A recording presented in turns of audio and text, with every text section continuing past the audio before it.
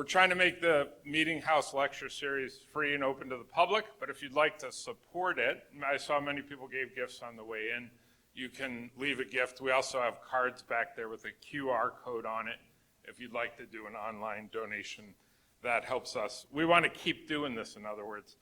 And we started it by just asking our committee members to each give $100 each to help make a pool of money to start with. But your support is greatly appreciated. There are also books on the table in the back. I saw they were kind of running out, but if you want to sneak back there and buy one from Maryland, they're $20 each. But his books are freely available, not free, but available on Amazon or anywhere you can buy a book these days. I'm sure you can get it. It's a really good book, and I'm really excited to have Philip here with us. And hope that we have an engaging night. At the end of the time of his lecture, he'll answer questions. I'm going to share this microphone. I would just ask that we do one question each so that multiple people get a chance to ask a question. So let me turn the mic and the stage over to Philip and just give thanks again that you're here with us tonight.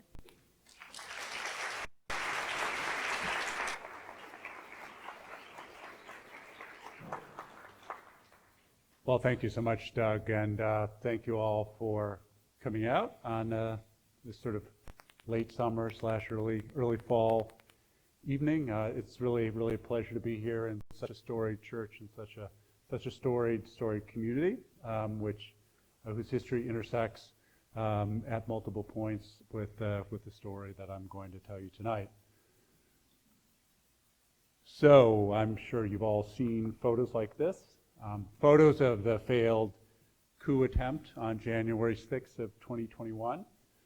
And perhaps you also noticed the strange jumble of symbols in the photos. You've got Christian flags and Jesus banners, but also Confederate flags and a wooden gallows, stars and stripes, don't tread on me flags, and of course lots and lots of Trump flags as well. A lot of secular observers were, I think, surprised by this mix of symbols. They saw apples and oranges, things that didn't go together, in their minds at least, symbols of religion and nationalism, racism and vigilantism, libertarianism and authoritarianism. But what Sam Perry and I saw was a kind of toxic fruit cocktail, what we call white Christian nationalism. And my talk today is based on the book that we were writing, in the middle of writing, in fact, at the time of the failed coup attempt. The book is in 4 parts, and my talk will be 2. First, I'll talk a little bit about what's in the fruit cocktail, the ingredients, and who's drinking it. And then I'll talk about the original recipe for the cocktail and how it's changed over time. Third, I'll focus on its effects on our politics over the last decade or so.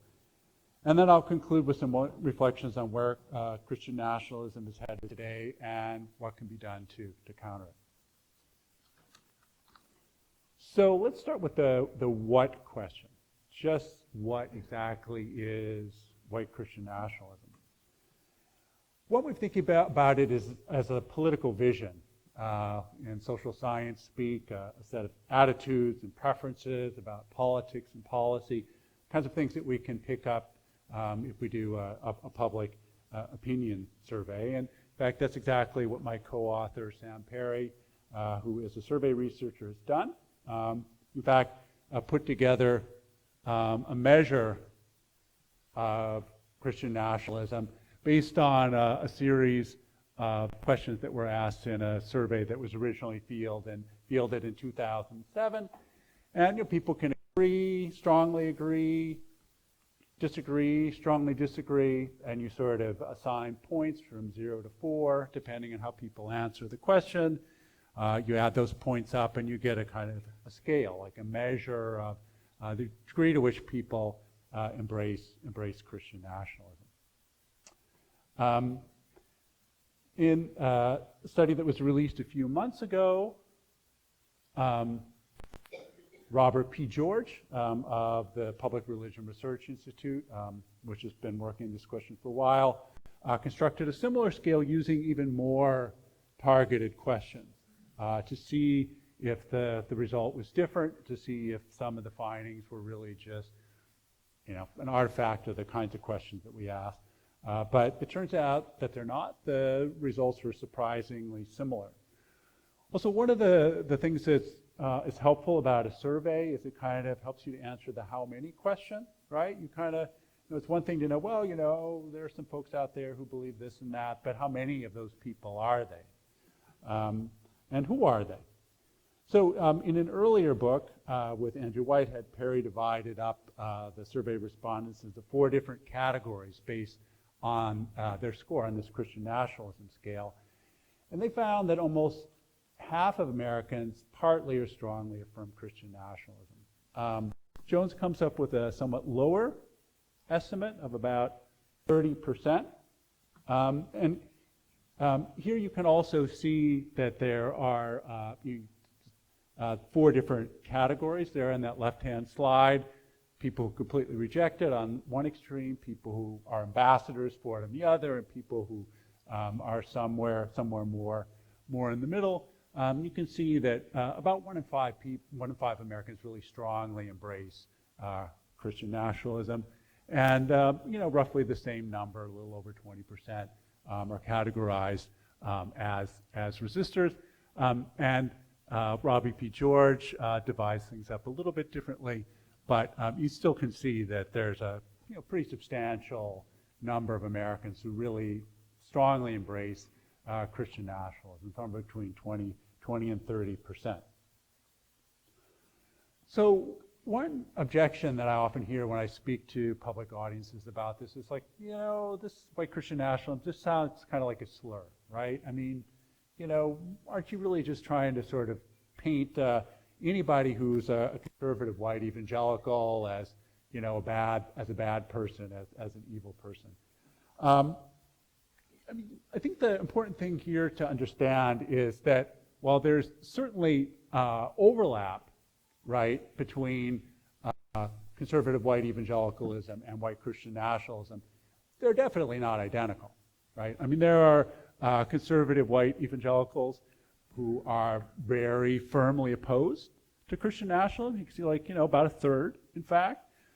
And then there are people, who also embrace Christian nationalism across, to one degree or another, across a bunch of other religious traditions. So white Christian nationalism is not just another word for conservative white evangelical.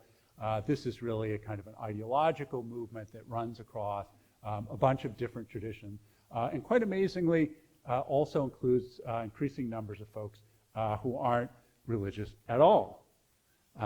And this is finding by a political scientist named Brian Burge, who teaches in my home state of Illinois. And he was digging through the data and first discovered something that just seemed really bizarre to him.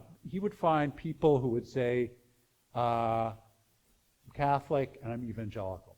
It seems a little odd, They're like charismatic Catholics. Maybe that's what they're taught. That's what they're saying. Like, what about the Hindu evangelicals or the atheist evangelicals, right? Small numbers, but this was sort of a clue to him that for some folks, evangelical was not really a religious label anymore so much as a political or ethnic or tribal label. By saying I'm evangelical, I'm telling you something about my politics and telling you something about my cultural identity. All right. So with all that in mind, what exactly do white Christian nationalists believe? What is this political vision that I mentioned a little bit earlier? Well, obviously they believe that America is a Christian nation, or at least it was, and that it should be again. But what else? Well, they believe in a strong military, they support the police, they want law and order, but they also oppose gun control, and they're against government regulation, including mask mandates and vaccination requirements. But on the other hand, they're also for free market capitalism and against government handouts, at least to other people. I mean, that's not so surprising in a way, right? This a lot of conservative Americans, that would be not a bad description of their political beliefs. But what does this have to do with Christianity, right? What does this have to do with Christianity? Because kind of the amazing thing is that you can statistically control conservative ideology for religious beliefs, for church attendance, on and on and on. And you'll find that all these things are strongly correlated with white Christian nationalism, even when you control for all of those things. So that tells you that when if insofar as like this lines up with conservatism or this lines up with church going, that's not really the underlying cause. The underlying cause is white Christian nationalism in many cases.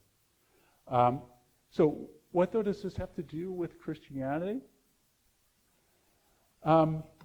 Certainly there are many conservative white evangelicals who will insist that really all of this just is part of a biblical worldview. And I imagine, folks driving around, you've seen bumper stickers and signs like this.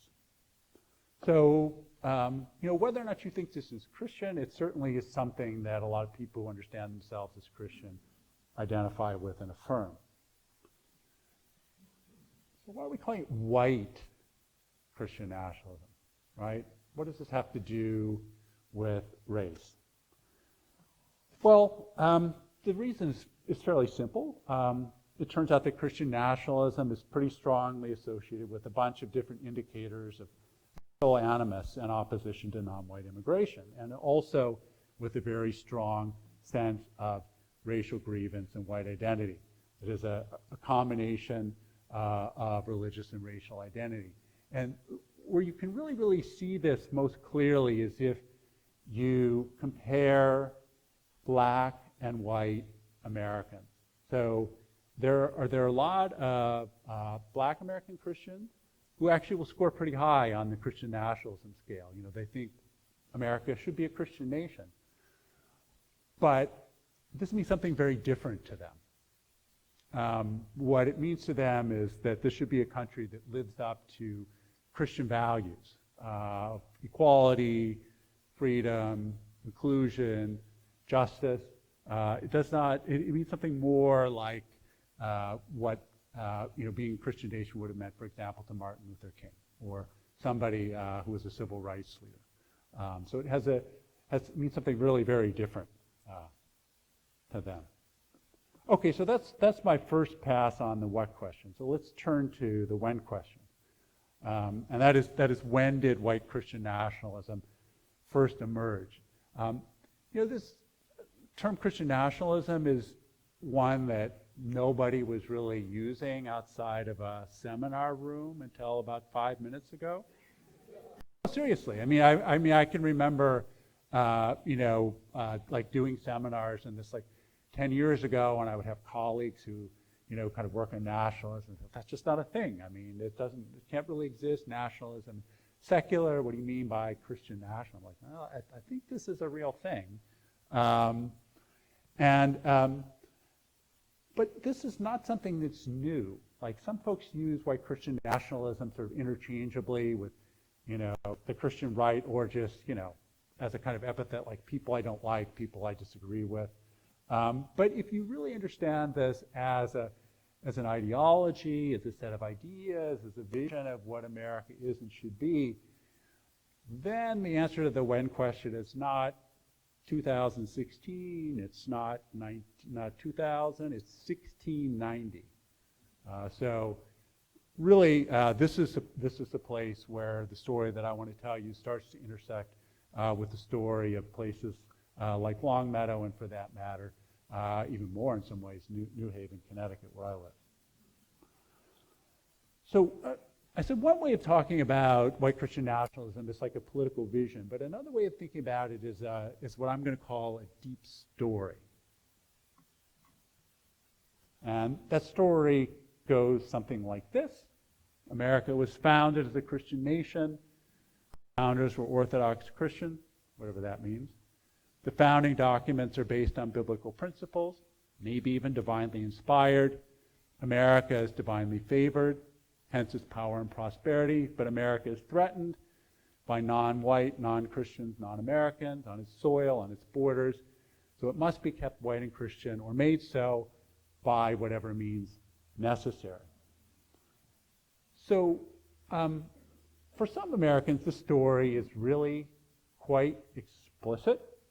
I mean, if you crack open the history textbooks that are used by many Christian homeschoolers, you'll find it right there in black and white. And if you're not a reader, you can always get a ticket for Michael Flynn's one of Michael Flynn's Reawaken America rallies. But for others, and I think really for many, the deep story remains implicit. I mean, this is one of the ways in which why we use the term deep story.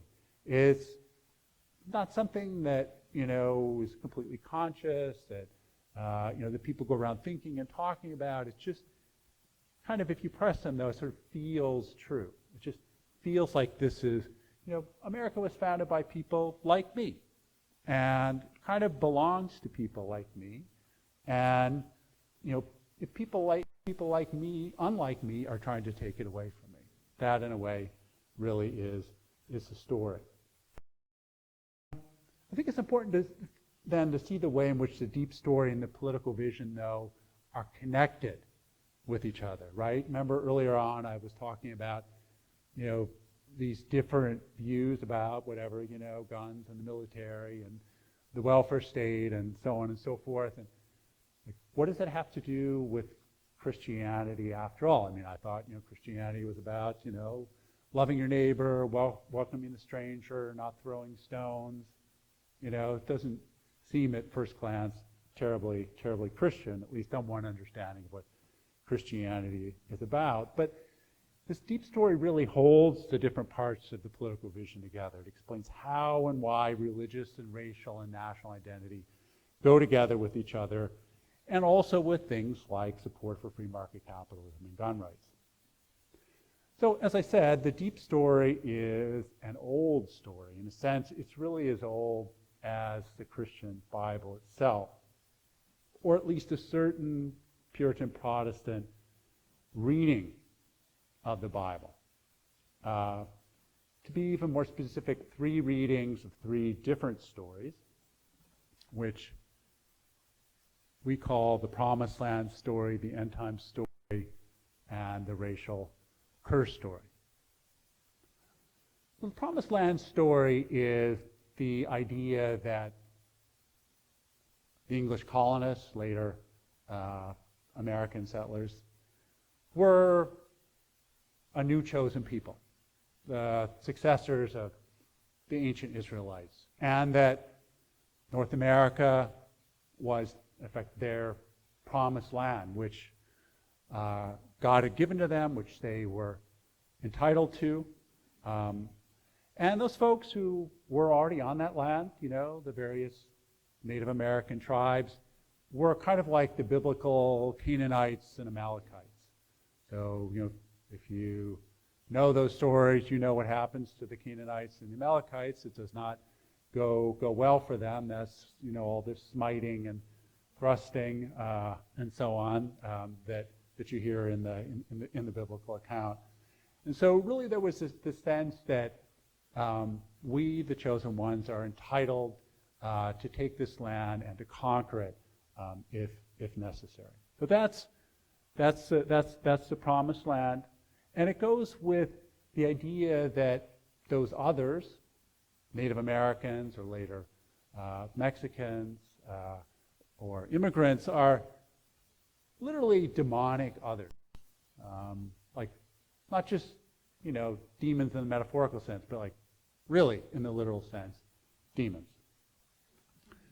The second story is the end time story.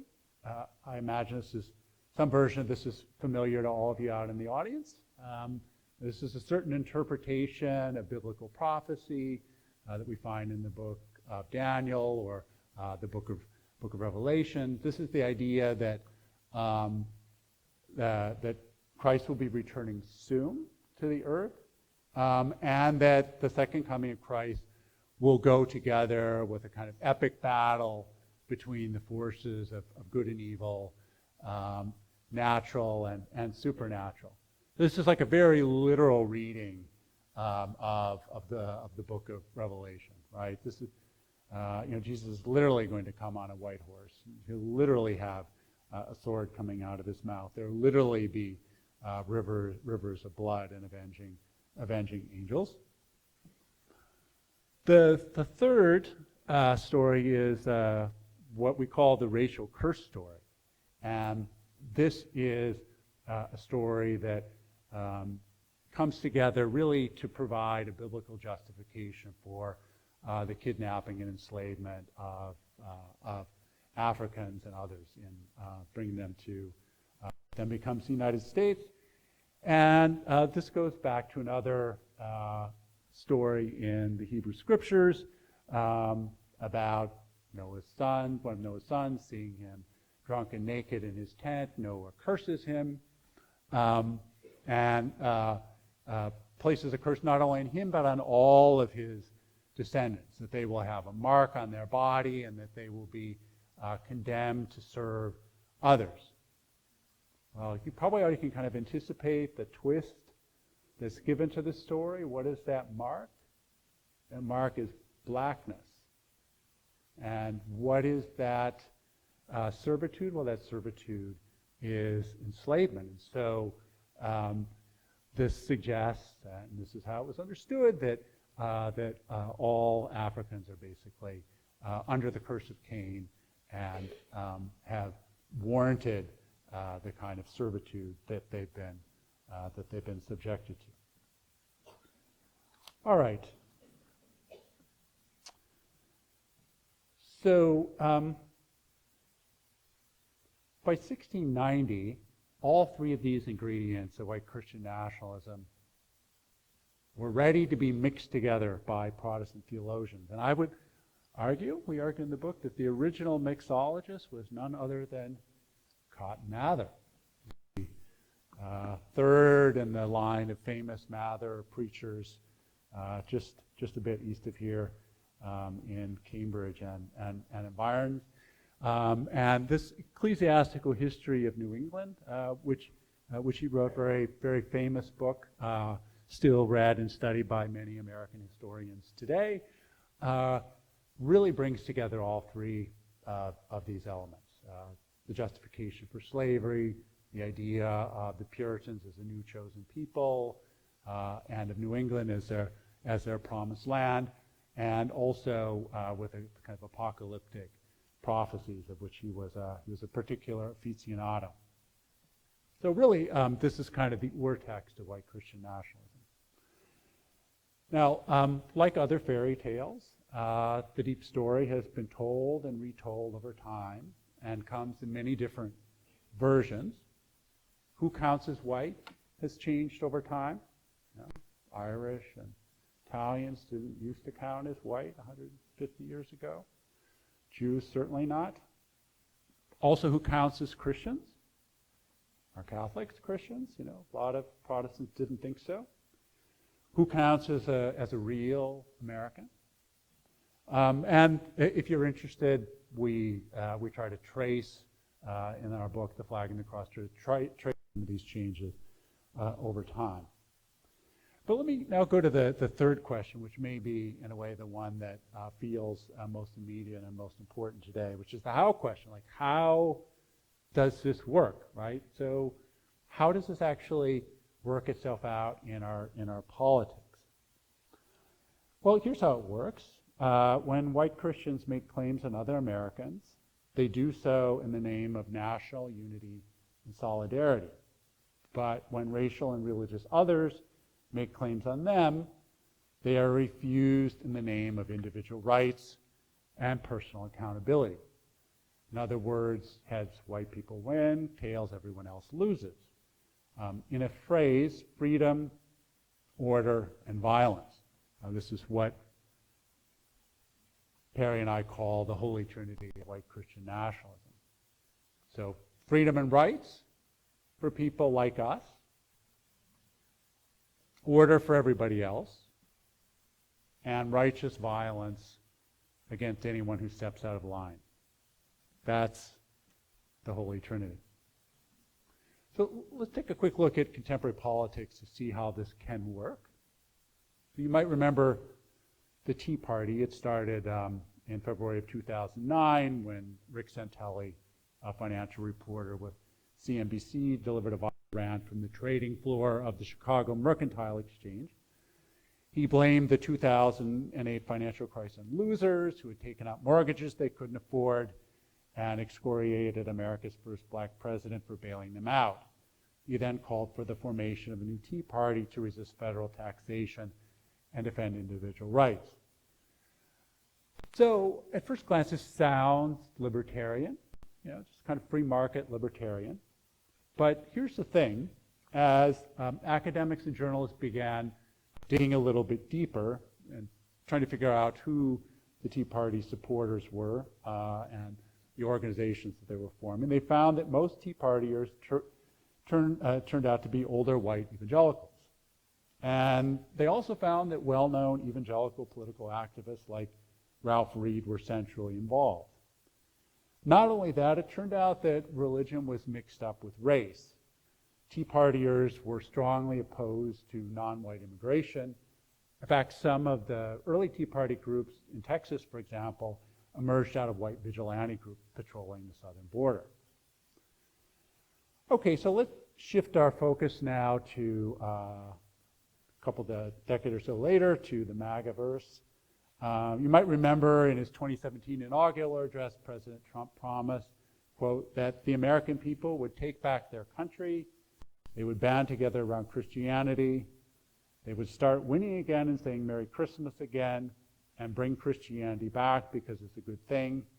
They would also put America first, restore law and order, build a great wall around the nation to keep out criminals and illegals, and they would institute a total ban on Muslims. I mean, it sounds a lot like white Christian nationalism, right? And indeed, this is one way of understanding Trumpism.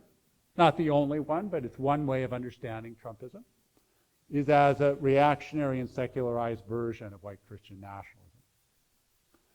It's reactionary in the sense that it abandons the polite rhetoric of color blindness and American exceptionalism and takes up a full-throated racist language about blood and violence. There's really hardly two topics that Trump likes to talk about more besides blood and violence, right? It's also secularized in the sense that it's not really apocalypticism in the biblical sense, just catastrophizing in a kind of a general sense, right? So good and evil are replaced by friend and foe. But just as the Tea Party's libertarian facade hid white Christian nationalism, so too does Trumpism resonate with the holy trinity of white Christian individualism: freedom, violence, and order. First, violence. And we all know that Trump is a master of verbal violence. He uses words as weapons to wound his opponents and intimidate his rivals. Crooked Hillary, Sleepy Joe, Lying Ted, Little Marco, Low Energy Jeb, probably forgot a few. And of course, he's not above threatening or inciting physical violence. He did so repeatedly on the campaign trail and most consequentially on January 6th. So what about freedom? When criticized for his intemperate speech, the insults, the threats, and the profanity, Trump styles himself as a defender of free speech and his opponents and an opponent of cancel culture who dares to be politically incorrect. In other words, he claims the God-given right to use racist and sexist language with impunity, as in the good old days of Jim Crow and Mad Men. Finally, order, by which I mean first and foremost racial order. Trump's response to Black Lives Matter was to call for law and order, which is to say white male violence, police violence, vigilante violence, even military violence. We all know that he wanted to call out the National Guard. Meanwhile, his response to white male violence was unrepentant words about very fine people and patriotic Americans and people who are just on a tour visit to the U.S. Capitol. So let me conclude with some thoughts and worries about where white Christian nationalism is headed. The short answer is in an increasingly anti-democratic and radical direction, though paradoxically maybe, in a somewhat less racist and more nativist one too. And to help you see why, I'm going to show you some slides, not from January 6th, but from January 5th. January 5th, there was an event called the Jericho March. And these are a couple of scenes. So you'll see, mimicking the biblical Joshua and his Israelite army, the protesters marched around the Capitol singing, praying, and blowing ritual shofars in hopes of retaking their city, and I should add also of expelling demonic forces from the Capitol and from democratic leaders. They literally understood themselves to be engaged in spiritual warfare against demonic forces. Many of the organizers and speakers were part of a loose network of a growing movement of radical Pentecostals called the New Apostolic Reformation. Key leaders of this movement include the late C. Peter Wagner and various apostles such as Che Ahn, Mark Gonzalez, Cindy Jacobs, Dutch Sheets, Lance Wallnau, T.D. Jakes. Trump's spiritual advisor, Paul White, is also part of this network. And as you may have noticed, this is actually a multiracial movement, right? This is not all just white folks. And these are some of the most influential Americans you probably never heard of. They have grabbed the torch of Christian nationalism from its one-time evangelical guardians and are taking it in an even more radical direction. And I want to explain why I see them as much more radical and much more anti-democratic. Now, I've already mentioned one of their key doctrines. This is the doctrine of spiritual warfare, the belief that this sort of battle between the forces of good and evil, that's not something that's going to happen somewhere down the road. That's something that's happening right here, right now, all the time, all around us. And it is the duty of every Christian, at least their sort of Christian, to be constantly combating the forces of evil. So, you might have this, looks like a pocket Bible, but it's actually a holster. And my favorite is over on the right, the kind of sexy, slightly Israeli-looking guy with the shofar holster, right? So you can carry your spiritual weapon anywhere that you go. So the second key doctrine is what's known as the Seven Mountains Mandate. This is one of the most viral memes that you may never have seen. And this is a view that Christians need to seize control, or they use a biblical language of dominion. They need to seize dominion over the seven societal spheres or mountains of influence of entertainment, business, education, family, government, media, and of course, religion. And that really means by any means necessary, right? Openly, tacitly, democratically, undemocratically. The third doctrine is, this is my friend Ross Dowlett. Third doctrine is kingdom now, and this is the view that the second coming of Christ will be triggered by the fulfillment of the Seven Mountains Mandate. In this way, the quest for political power is linked to a yearning for the last judgment and thereby given a heightened urgency. So why wait passively for the end of the world when you can take action right now to help bring it about? So let me say just a few words about the organization of the NAR, the New Apostolic Reformation. It's not a denomination. It doesn't have any formal organization. It's a loose network held together by a clerical oligarchy, those folks whose pictures I showed. Doesn't really build congregations. It puts on events. So events like the Reawaken America rally. I mean, it's definitely very connected with the New Apostolic Reformation. Its leaders don't think of themselves as pastors. They think of themselves as apostles or sometimes as prophets. It's not something that it's not a job you can apply for. It's a position that you have to be called to, recruited by somebody who is already a part of this oligarchy. So putting this all together, the NAR combines a radical anti-democratic ideology with a decentralized leadership structure. And in this, it resembles some of the most successful revolutionary movements and terrorist organizations of the past and the present. Now, it would be easy to dismiss the NAR and organizations like it as just the radical fringe, but I think it would also be a mistake. That was written in October. Good call, Ross. And we should not repeat this mistake, because if there is one universal law of politics, it's that well-organized minorities can dominate disorganized majorities, especially if support for that minority extends into the wider population, which is precisely the situation that we find ourselves in today. So where exactly does this leave us? I see 4 possible outcomes.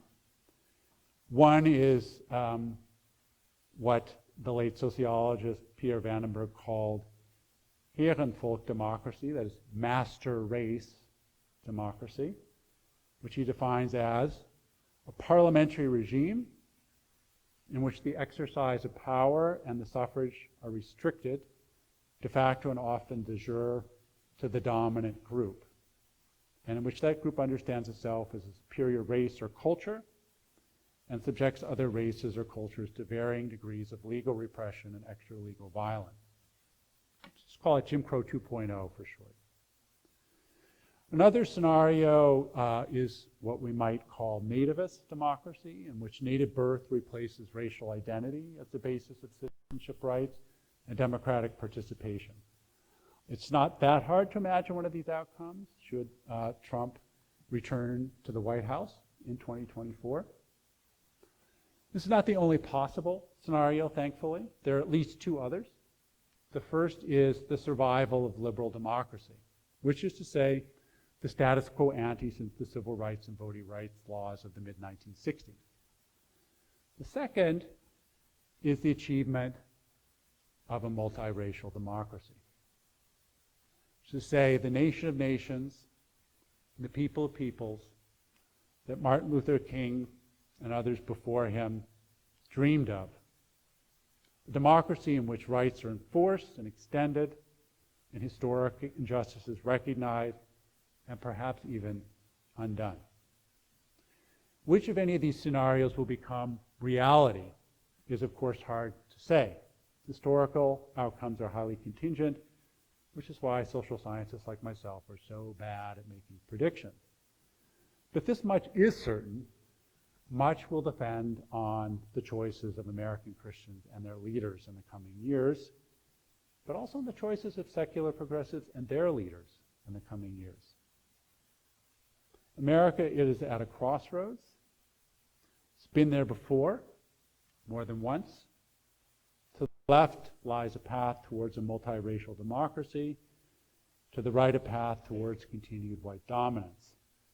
In the past, America has sometimes turned left for a little while, only to veer sharply back to the right in the end. That's what happened in 1787. That's what happened in 1877 and in 1968, when the United States incorporated slavery into the Constitution, when it turned the South over to Confederate redeemers, when it chose law and order and the war on drugs over civil rights. Each time the country took 2 steps forward, then 1 step backwards. Which way will America turn this time? The answer will depend on the choices we make in the coming years. Will conservative white Christians be willing to accept their new minority status? Or will they attempt to cling to power by means of minority rule? Will they choose democracy or power? And what about secular progressives? Will they make room for people of faith and their vision of a multicultural and multiracial democracy? Will they accept religion itself as an element of diversity? Or will they instead fulfill conservatives' worst fears about progressive attacks on religious freedom?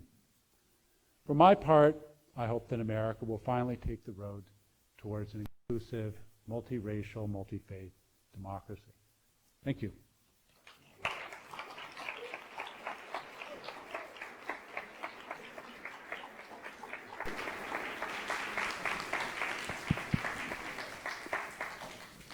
We'll now have a time for questions, and since I have the microphone, I'm going to start. I was struck by part of your book where you mentioned that at one point when the Tea Party was emerging, that there were a lot of conservative evangelicals who held little booklets of the Constitution in their pockets like they did little Bibles and saw it as divinely inspired. There seems to be a huge gap between that kind of reverence for our Constitution and what happened on January 2020. And I just, the 6th or 16th, was it? 6th, I got it right, okay. Can you speak to the gap there? Why a reverence for the Constitution, almost strange, to pretty much being willing to abandon it? I think it's a great question. There certainly is a lot going on. In a way, the question is, why this authoritarian, anti-democratic turn? Where Trump himself talks about, quote, shredding the Constitution. And, where you have, some folks, even commentators, Greg Gutfield just the other day on his show on Fox News talking about, elections don't work, we need a civil war, right? This is kind of constant escalation of the rhetoric. Some of it is just trolling and clickbait and, trying to, get some liberal tears that you can enjoy.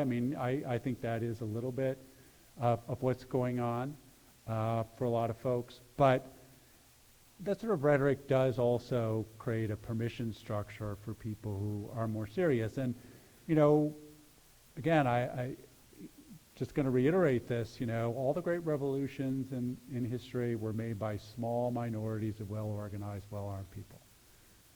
Small percentage of the population. And that needs to be taken seriously. But, why this turn, right? That's really your question. I do think it partly also does, it has to do with this, increasing sense of grievance and threat that a lot of people out there feel. And, some of it, I think we have to understand that, some of the anger that people feel is justified. There are a lot of people who lost jobs, lost hope, feel, that their communities have been, just completely drained and leveled, and they're right to be angry about that. But this is where, kind of politicians and media figures who want to point the finger at immigrants or minorities or, somebody else, other than the folks who exported their jobs to China or Mexico or wherever. This is where the politics enters in. And I think there is, lastly, just also this, this white Christians are a minority in this country now, right? Less than 50% of the population. At the time of the Revolution, white Protestants were 98 or 99% of the population. That is a dramatic shift, and that is not easy for folks, for a lot of folks to accept.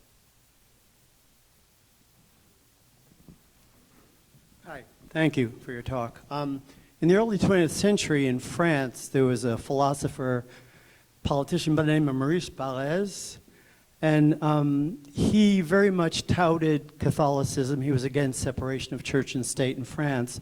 But he himself was not particularly religious. He wasn't Catholic. He thought that it would be a means to an end, that it could be used to try to gain other things within society. Don't you think that a good population in this country for the last 70 years have consisted of people who have used religion to achieve other ends, political ends, and not just Christianity in other countries as well, too? Absolutely.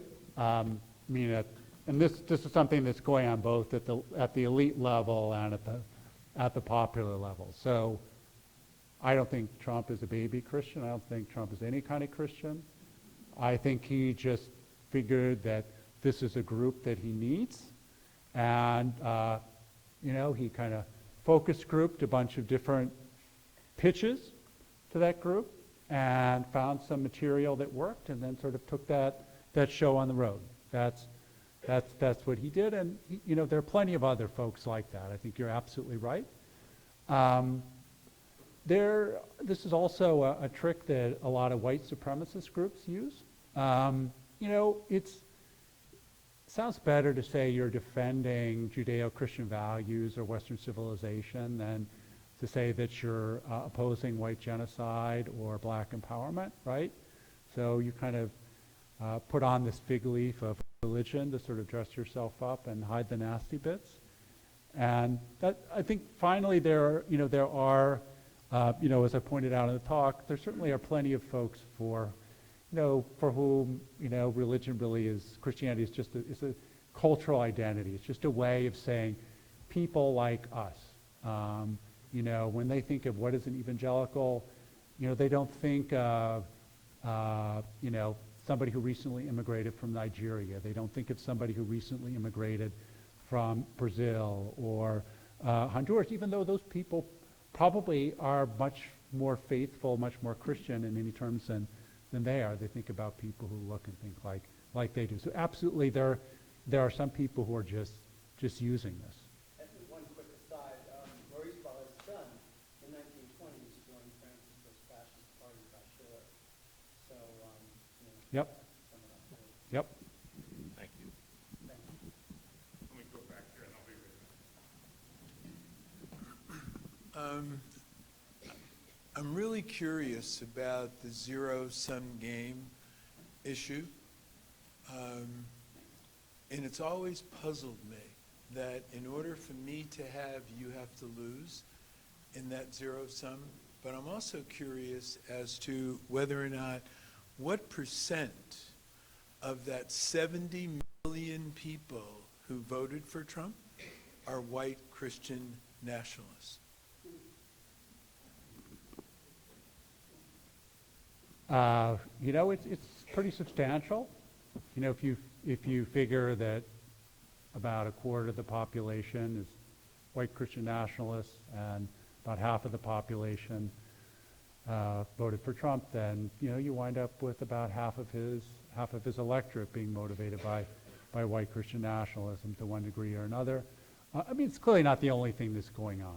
There's lots of different reasons why what people voted for Trump or voted against Biden. I recognize that, and it is unfortunate that we've come increasingly in this period of extreme polarization to feel like our politics is a zero-sum game. That in order for us to win, somebody else has to lose. It obviously doesn't have to be that way, but that's certainly the way that it feels right now. And getting back to a place where politics doesn't feel like a zero-sum game, I think is really one of the battles that we're in right now. You really make the point that we're at a crossroads between choosing a multicultural democracy and white Christian nationalism, that it's a choice between those two paths. Yep. And obviously you lean toward the multicultural democracy. Absolutely. No question about that. I'm going to go here first. Hi. You're a lot more polite than I am. I just don't refer to it as Trumpism, it's just fascism. But my point is that it takes a lot of money to move public opinion and to organize the cells and the religious populations and the people. It takes a lot of money to do that, and that money is coming from a small, concentrated group.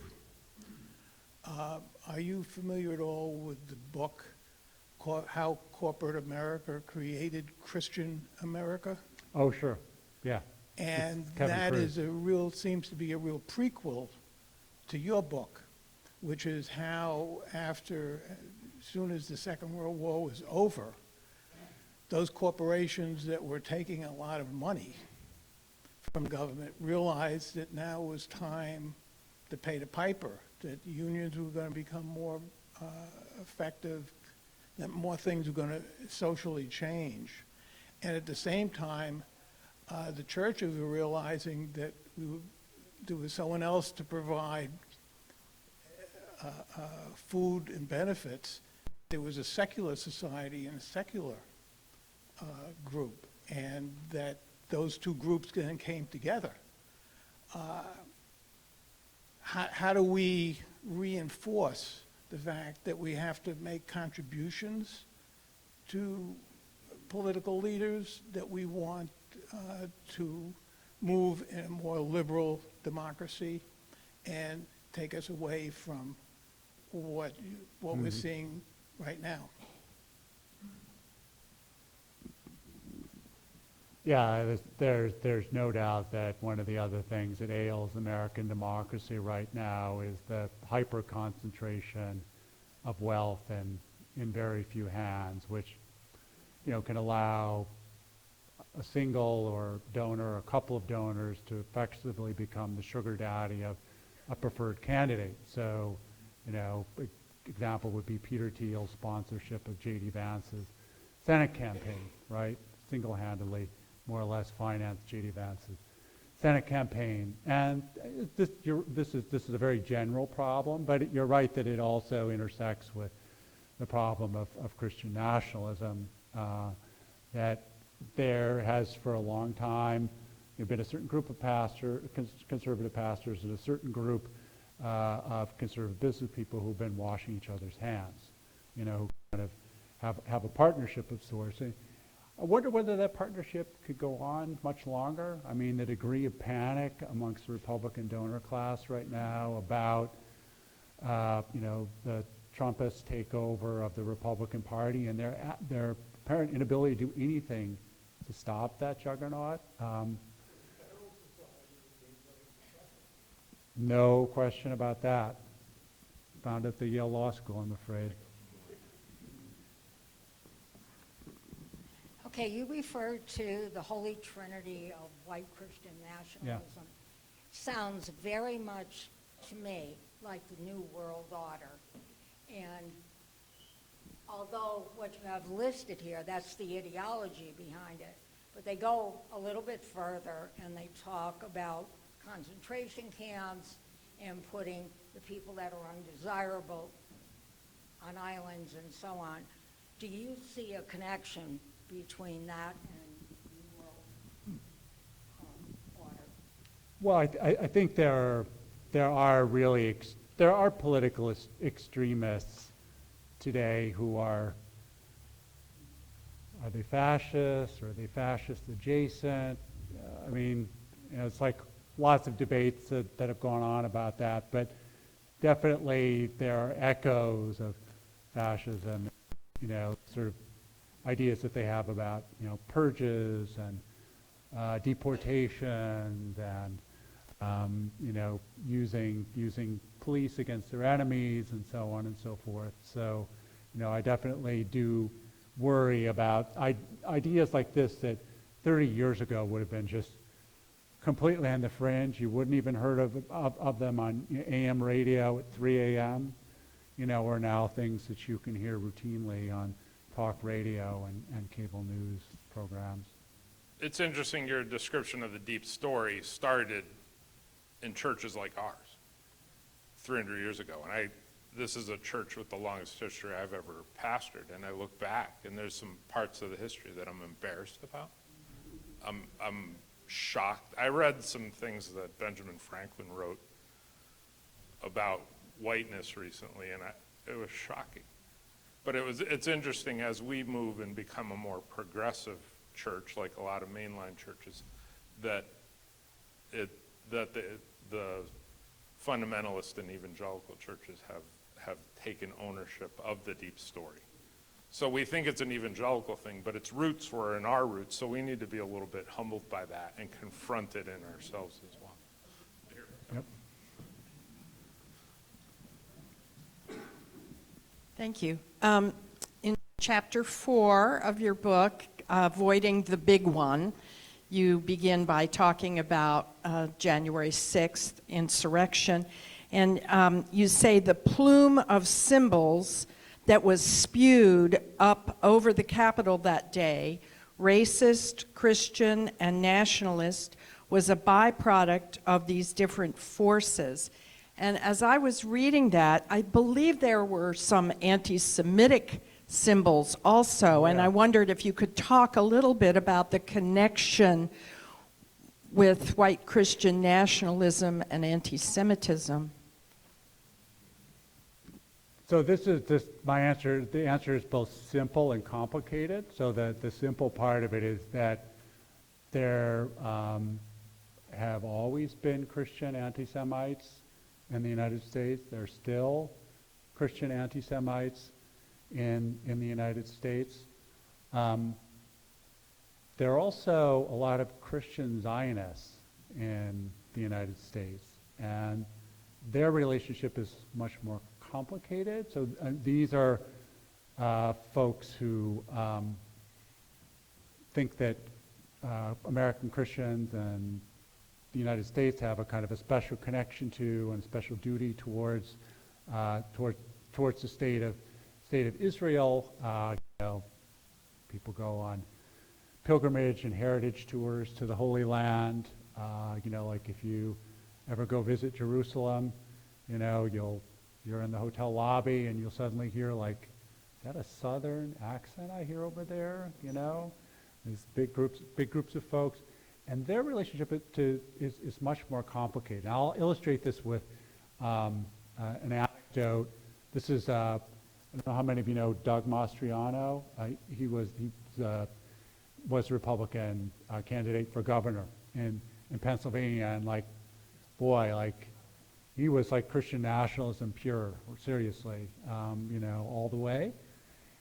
And he and his wife would campaign together. His wife's name is Rebbe, and at one point Rebbe was asked a question by an Israeli reporter, I think from Haaretz or one of the Israeli newspapers. They'll come back, about their stance towards. Doug Mastriano had said something. It sounded pretty, there were some anti-Semitic undertones to what he said. So she was challenged on this, and she said, I'm more Jewish than you are. I think we love Israel more than you do. You see what I'm saying? I mean, it's just really, really tricky, and it creates a kind of a catch-22 for American Jews, especially progressive or secular American Jews, because you're not in Israel, you're in America, so you're like not really a Jew, because real Jews are in Israel. And you don't really love Israel because you don't really love America because you're a Jew and you belong in Israel. Right? So it's just this complete catch-22. So I think that's kind of the more subtle form of anti-Semitism that I tend to see today. But of course you're right that the really ugly stuff is still out there too. You don't have to look very far for it.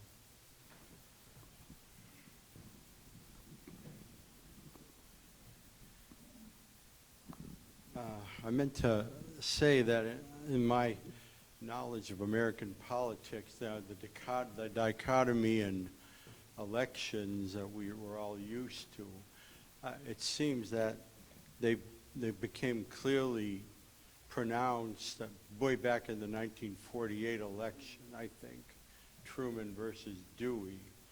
I think ever since then, even though some elections, of course, one candidate or the other had a big landslide occasionally, but I think that dichotomy is, I mean, the basic sides really haven't changed that much,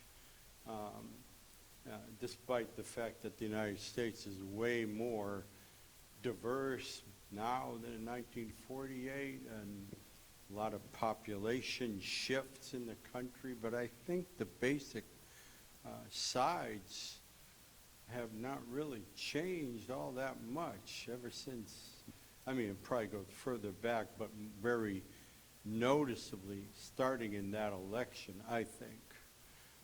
So I'm kind of, I don't know if I'm being pessimistic, or maybe you might have you don't think hopefully the United States isn't doomed to continue in this kind of stalemate, the dichotomy, you know what I mean?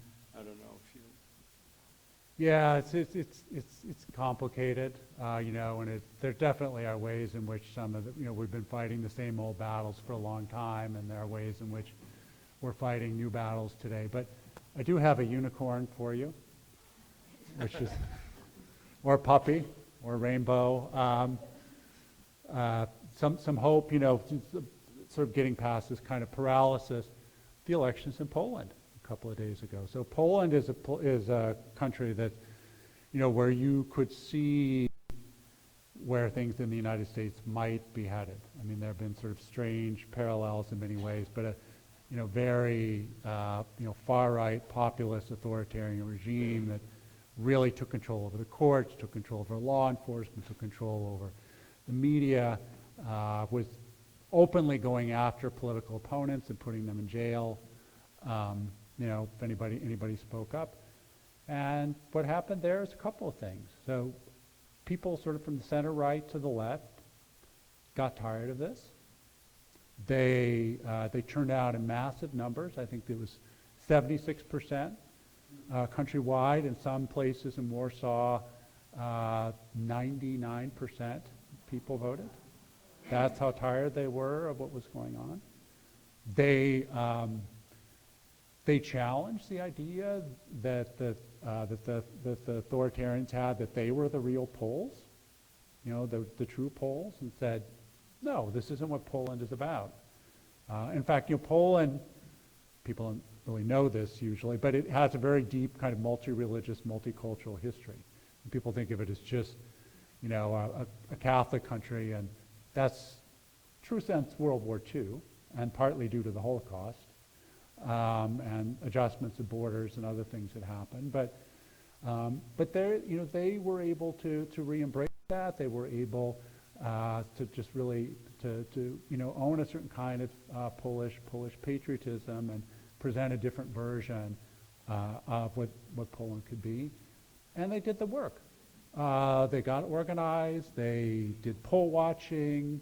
They, you know, get out the vote efforts. They were able, you know, to pull together and overlook some of the differences that they had on policy issues and say, look, you know, we can disagree about some of these issues later, but first we have to get our democracy back. And they took it back. And so that's the pony, the rainbow, the unicorn for today. A lot of questions. Let me go to the back just because I don't want to just give it to the front, you know. Hello, thank you for coming, and it was a great talk.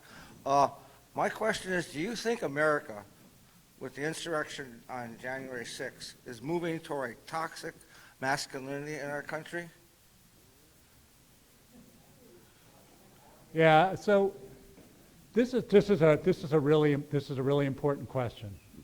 One other thing may I bring into the point that as we developed our history through Christianity or evangelization, as that would seem to, at the point, an understanding of toxicity for masculines of all others. Mm-hmm. So that's the reason why I'm asking, because this gentleman right there has created something that was, I don't even want to put an answer to it. Thanks. Go ahead. So there definitely is something worthy of being called toxic masculinity, but there is also like a real genuine crisis of men, I mean of young men. And I think, we have to face up to that. There's a lot of good social science research that's being done on this now of sort of, young men who are falling behind in education, career, and that is also something that has to be addressed as well. There's another book you refer to in your book with that, a title that addresses that. It's called Jesus and John Wayne. Right. That's a great title. I wish I'd thought of that. You talked a lot about Christian nationalism as white Christian nationalism as a belief system, but I assume it also has socio-psychological roots and economic roots in terms of who gets attracted to the belief system. And I wonder if you could talk a little bit about who it is that moves towards that belief system and subscribes to it. So there is work that's being done on that question by psychologists. In fact, there's even a book that came out recently called The Psychology of White Christian Nationalism. But I'm honestly, I don't feel really qualified to answer the question. I know there has been debate about whether there's some connection to authoritarian personality traits or not, but again, I'm a sociologist and not a psychologist, so it's an important question. I don't think there's any doubt that, that there's a lot to be said about the kind of underlying psychology. It's just I don't feel qualified to say terribly much. Sorry to disappoint on that. So I see two more questions. I'm going to let happen because we could keep going, I think, all night, but here we go.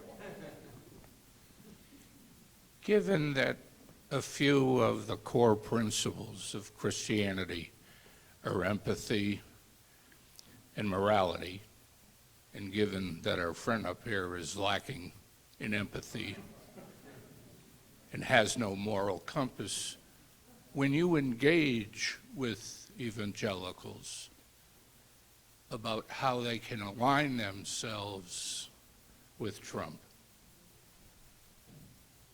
do they have a different definition of those two characteristics?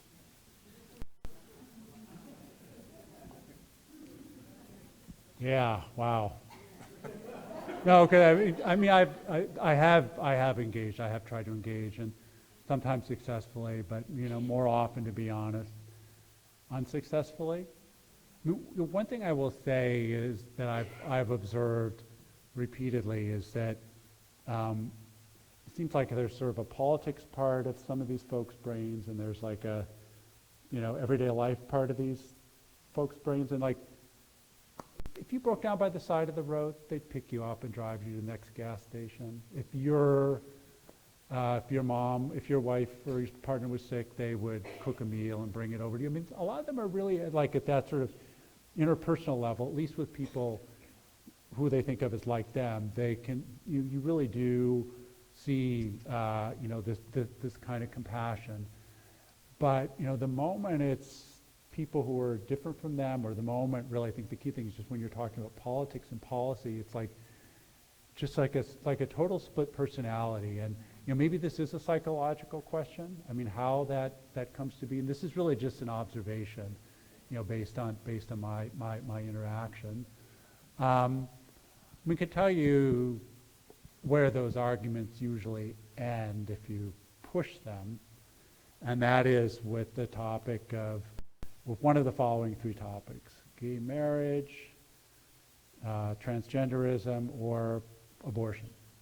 I mean, those are places where the folks feel like they have the moral high ground on you. I like how you point out that a lot of people who claim to be evangelicals don't even go to church.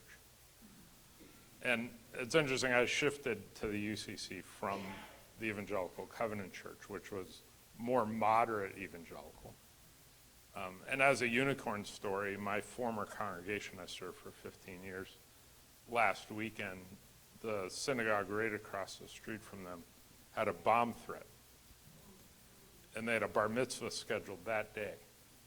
And our church opened the doors of the fellowship hall to welcome the Jewish community in to have their bar mitzvah there. So I think the subtleties of the truly faithful in some more conservative churches is embraces diversity and doesn't reject it necessarily. But it's complicated, as you've revealed in so many ways. Yeah. Yeah, so there are differences.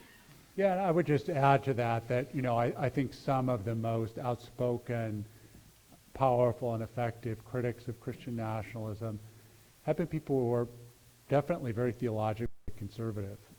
I'm thinking, people whose names you might have heard would be like Peter Wenner of The Atlantic, David French of The New York Times, Russell Moore, who runs Christianity Today, Beth Moore, kind of very famous, no relation, but famous female Bible teacher. And there are a lot of people like that whom you haven't heard of, who are just, sometimes quietly, sometimes loudly. But I think it's just again why I really do want to emphasize that, just because somebody's a conservative white evangelical doesn't necessarily mean they're a white Christian nationalist, or vice versa, or vice versa. And that, at least in our personal dealings, we have to be open, to those moments, and give people, permission to change, evolve. Okay, last but not least, okay. My question is, how prevalent is Christian nationalism in the military? Is it becoming less or more prevalent with time? And what branches of the military are more prone to this type of mindset? Yeah, I wish I could cite really good research on that. The one thing I can tell you is that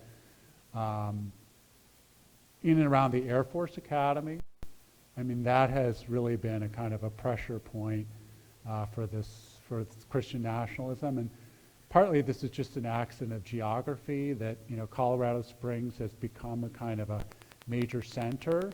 This is where the Family Research Council is headquartered, for example, and so that geographical proximity is part of it. But it's an excellent question, and I wish journalists, kind of a fearless journalist, would try to figure out the answer, because I don't know. The leadership is not white nationalists Right. of the military. Right. Yeah, I worry about the colonels, not the generals. I want to thank all of you for coming tonight. It's really been a great night, and I appreciate thank you.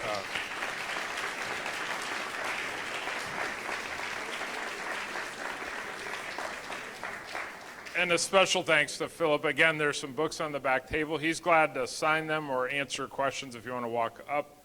There's also refreshments in the back if you'd like to have a donut or there's probably something healthier. I just noticed the donuts. So thank you for coming, and have a good night.